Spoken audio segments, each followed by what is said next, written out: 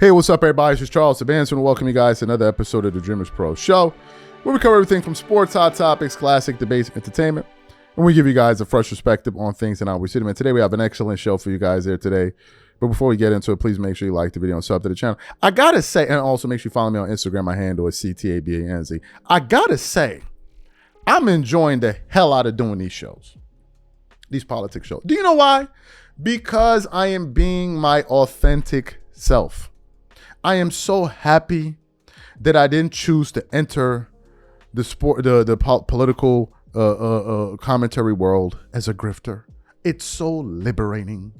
It's just so liberating, and I just want to share that with you. I just feel so good to just say what you believe, and you're not up here, you know, just trying to blow hot smoke up people's, you know what, to make some damn money. It just feels fantastic. I just wanted to share that with you guys. But anyway, let's get to the quick here. As you guys know, Stephen A. Smith decided that he was going to have his foray into the world of politics about a year or so ago, right? Prior to the election, as a matter of fact, I want to do this quickly because some people have asked me this, and I think is important that I put this conversation to bed once and for all. Prior to the elections, Stephen A. Smith was campaigning or advocating, rather, for Kamala Harris. There's even sound, because some people that are subscribed to Stephen A. Smith feel like, oh, Stephen A. Smith has always been a Trump supporter. I'm like, no, he hasn't. He hasn't. He was advocating for Kamala Harris. And he even went on Sean Hannity, arguing with Sean for why he felt Kamala was a more qualified candidate to be president than Donald Trump. For those of you who never heard this, because apparently a lot of people haven't heard this, I want to quickly refresh your memory and play it for you now, and then we'll continue on with the show. Take a listen to what he had to say here. All right, so let's stay on Kamala Harris for a second here. Democrats are in a state of panic. Although momentum seems to be going to Donald Trump, I told you this would happen in a private conversation we had. You were skeptical. I think I was proven right. You know sports better than I do. I think I know politics. I know. You do. But here's my question for you. You did call her out early, and you said she's making a mistake not doing interviews.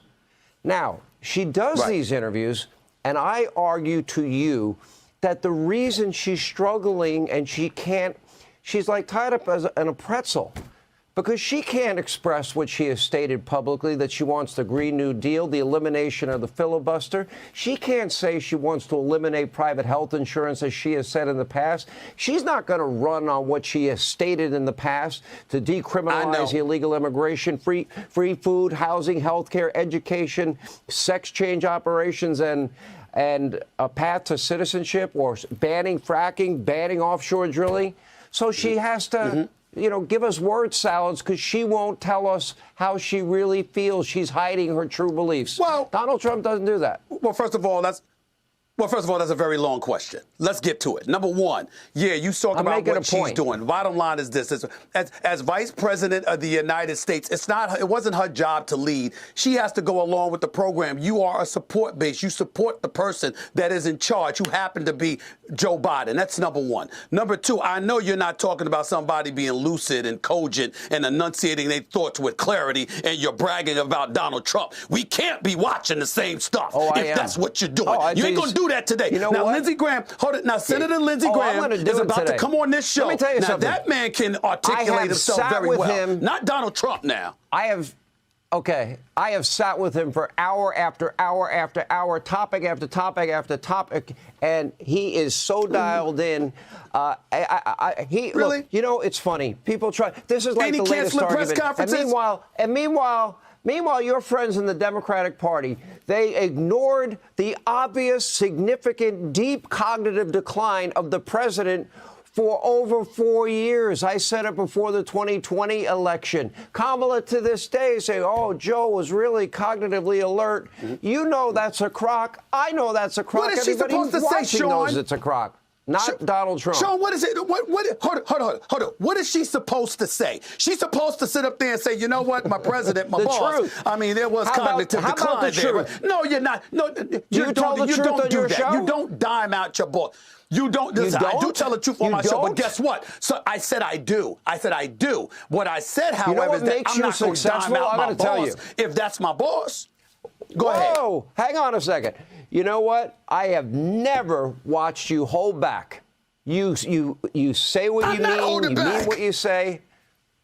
That's my point. She is. But she knew he was a cognitive mess, and now she's lying. Oh no, I never noticed it. It's a Sean, it's a lie. Because Sean, what Just you're trying admit to it's a lie. Because what people.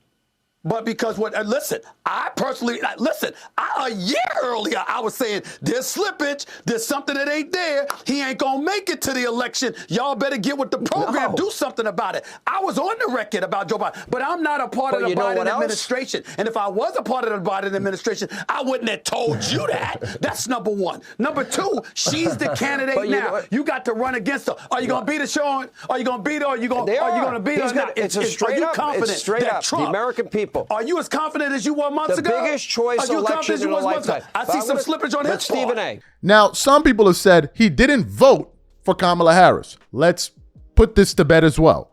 This is an article from Fox News that was published on January 25th, 2025. Written by Jackson Thomas. And the headline says, ESPN Stephen A. Smith says he feels like a fool for voting for Kamala Harris. Let me read some comments. Kamala Harris, who didn't resonate during the primaries in 2020, couldn't even get Iowa. Suddenly, the Democratic nominee, then you roll up to the convention in Chicago and everybody's like, she's a rock star. So it's like, how did that happen? Smith said. Yes, I voted for her. A lot of people voted for her in the end. But in the end, we end up feeling like damn fools because we supported it. We fell for the okie dokie or whatever, as they say. If you had a primary, the likelihood is she would not have been the Democratic nominee. What okie doke did Stephen A. Smith fall for? What's the okie doke? But I digress. Let's continue on with the show. So throughout this period, Stephen A. Smith has been a staunch supporter of Donald Trump.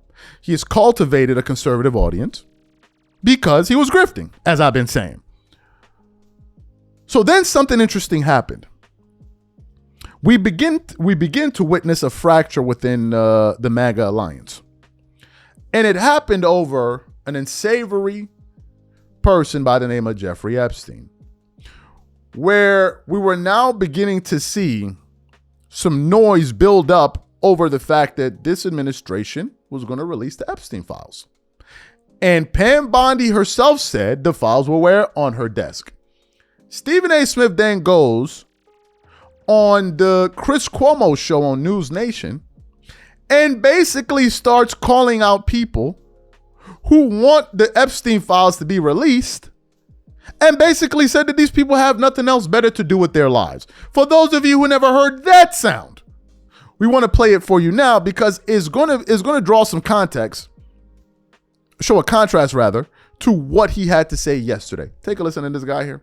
Fair enough, but when we go to the Epstein, the quote-unquote Epstein file, I'm going to tell you what jumps out in my mind, because I'm with you in this regard. We can't rule it out, but we can't definitively say it existed either because we don't know. And because we don't know, it's irresponsible to say there must be a list, there must be a list. You can say what you believe, you can say what you're suspicious of, but you can't sit up there and speak in definitive terms when you don't have that level of evidence. That's number two. Number three, here's the big thing for me. The far right is actually, they don't realize this. They're making Trump look better and better every day. Think about this. We've got the war with Ukraine and Russia. We've got the whole Israeli-Palestinian situation, Hamas, Hezbollah, even though that's been relatively crushed and what have you. We see all of this stuff going on. You got tariff wars. You've got, purportedly the imminent presence of inflation and all of this stuff, or recession. Everybody talks about these things, okay? You see what's going on with ICE. You see what's going on with our border issues and what have you.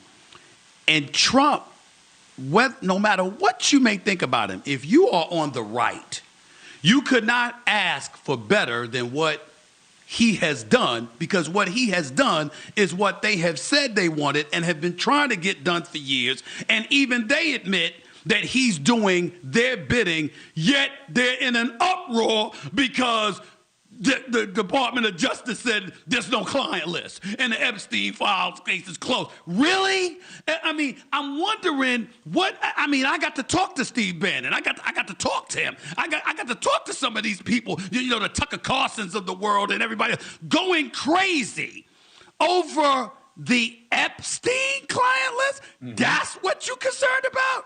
Fantastic. So you heard his comments. So what happened? Yesterday, they dropped the show on his channel, The Straight Shooter. And the title of the show says, "What is Donald Trump doing? My thoughts on his recent actions." Stephen A. Smith then goes on to start going at the president for those grotesque, disgusting, vile comments that he made about Rob Reiner and the passing of him and his wife, that everyone came for him, including his own base. Stephen A. Smith, as he's chastising the president, he then decides to take it a step further and publicly accuses him and the FBI of redacting names on the Epstein files that I believe are set to be released in about 2 weeks. Yes, the guy's now going after Trump. For those of you who never heard this, take a listen to him here. And what we see on Capitol Hill is a bunch of nonsense that's been going on. And I'll get into all of that in a second.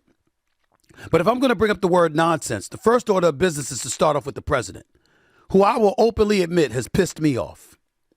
And the reason he's pissed me off is because he's made life difficult for people like myself who are inclined and downright anxious to talk about the issues and say yay or nay to it. How do you feel about his performance on the economy? How do you feel about inflation in this day and age and what it's looking like right now? Is there an impending recession or are we already in one?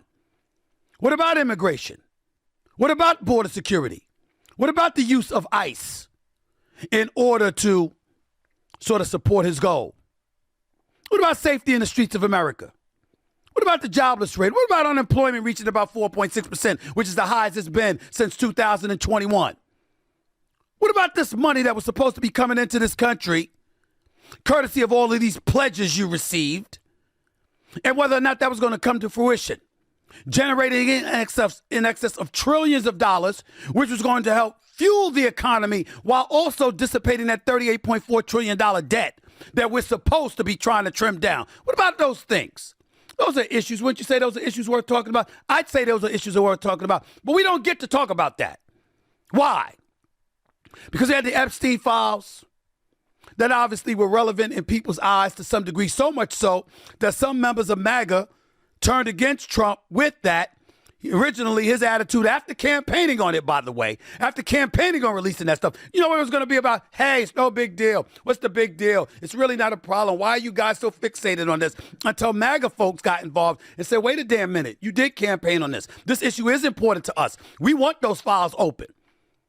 And then after much and much and much resistance, all of a sudden we learned, after our votes on Capitol Hill, that eventually it will be released this month. Not immediately. We'll take a look. We'll see. We'll grab hold of it. We'll see what we want to redact or whatever, and then we'll sit up there and we'll put it out there for you to see. I can't wait to see how much stuff is blacked off. But that's a different subject to another day. So you heard what the guy had to say. What are my thoughts about this? Do you know what kills me about Stephen A. Smith? A lot of what he's saying is what people have been saying. A lot of what he is saying here is exactly what people have been saying for God knows how long. Where are you all of a sudden getting this epiphany from? You're having this eureka moment based off of what? Is it because of the comments that he made about Rob Reiner that all of a sudden caused you to realize that, oh, wait a minute, him and Pam Bondi are going to be trying to retract names? So a light bulb didn't go off in your head when Pam Bondi said there are no files after she came out and said there are files. Nothing piqued your interest at that point. What about the fact that the president ran on releasing the Epstein files, but then did everything in his power to make sure that they weren't released? That nothing. It took him making those comments about Rob Reiner for you to now come out and say they're going to be redacting names from the files. Are you even joking? I told y'all Stephen A. Smith is a grifter, man. And he's trying to grift his way back to the left. That's what I believe is happening here. If anybody should be calling out Trump, it ain't him. It ain't him. Because he spent the last 11 months twerking it up for the president all year long. He spent the last 11 months saying how confused and rudderless the Democratic Party is. But now it's convenient to call out the president. No, we don't want to hear from these people. We don't want to hear from you guys. We don't want to hear from the people that all of a sudden are having a come to Jesus moment and realizing, oh my God, the president isn't a good person. No. Stay your ass over there. Stay your ass over there and keep deceiving the people that you were deceiving for dollars and cents. They know who they are. There are plenty of them in the world of media. There are plenty of them that are making buku money doing it. So keep doing it. Keep your ass over there. If you're not out here saying what you truly believe, keep your ass over there. Don't nobody want to hear from you. Don't nobody want to hear from you because most people are seeing through this nonsense. Now you're accusing the president of redacting names. What evidence do you have of that? But then spent the entire year talking about how Democrats are out on a witch hunt for the president and trying to pin every single thing on him. What about when you went on The View and was trying to reprimand Senator Mark Kelly for telling troops and service members to not follow illegal orders? What happened then? I mean, the guy's everywhere and nowhere at the same time. So y'all let me know what y'all think about this in the comments. I'm not falling for the okie doke. I ain't falling for it. These are my thoughts. Whatever you guys think, please leave your thoughts and comments in the comment section. We catch you guys on the next show and I'm out. Peace.